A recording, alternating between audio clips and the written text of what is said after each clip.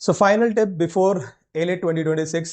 अब कल एग्जाम है तो सबसे पहली चीज जो दिमाग में आएगी स्टूडेंट्स की कि सर कितना स्कोर करना चाहिए और उसके लिए कितना अटेम्प्ट होना चाहिए। ये बहुत इंपॉर्टेंट है।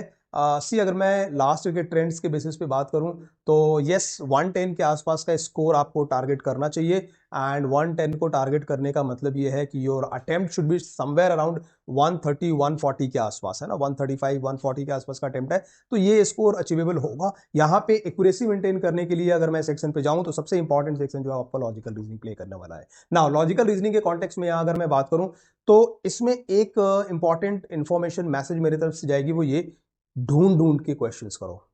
Look for analytical reasoning at first and then critical reasoning. Critical करने जा रहे हो तो उसमें भी स्टेटमेंट वाले क्वेश्चंस पहले एंड देन पैराग्राफ वाले बाद में, क्योंकि वो सब टाइम कंज्यूमिंग होंगे, है ना, वहां पे आपका टाइम कंज्यूम हो सकता है। स्लॉग को ऑब्वियसली पहले लेके जाओ, आराम से कर सकते हो। Out of 70 I believe you should somewhere get 60। Get 60 का की बात हो रही है, अटेम्प्ट की बात नहीं हो रही, राइट। 110 का स्कोर यहां से आराम से इस सिस्टम से निकाल सकते हैं। Now let's talk about the time management की बात करूं तो ऐसा लगता है 150 क्वेश्चंस है, 120 मिनट्स है, टाइम कम है। एक्चुअली नहीं है। जीके की अगर मैं बात करूं, यहां 30 क्वेश्चंस जीके में है, पर क्वेश्चन 1 मिनट यहां नहीं दे सकते। मैं समझता हूं जीके में 10 मिनट्स बहुत है।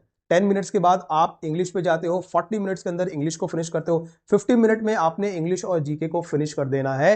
And then you are moving towards logical reasoning with that legal 5 to 6 questions और 7 क्वेश्चंस में भी। तो यहां पे आपको 1 मिनट, 1 मिनट पर क्वेश्चन आराम से मिलता है। तो वो जो टाइम है ना लॉजिकल रीजनिंग के लिए 1 मिनट का, वो आपके पास एक्चुअली अभी भी है। And the last final tip, please relax रहो, काम रखो, मेंटली स्ट्रांग रहो पेपर वाले दिन। All the very best.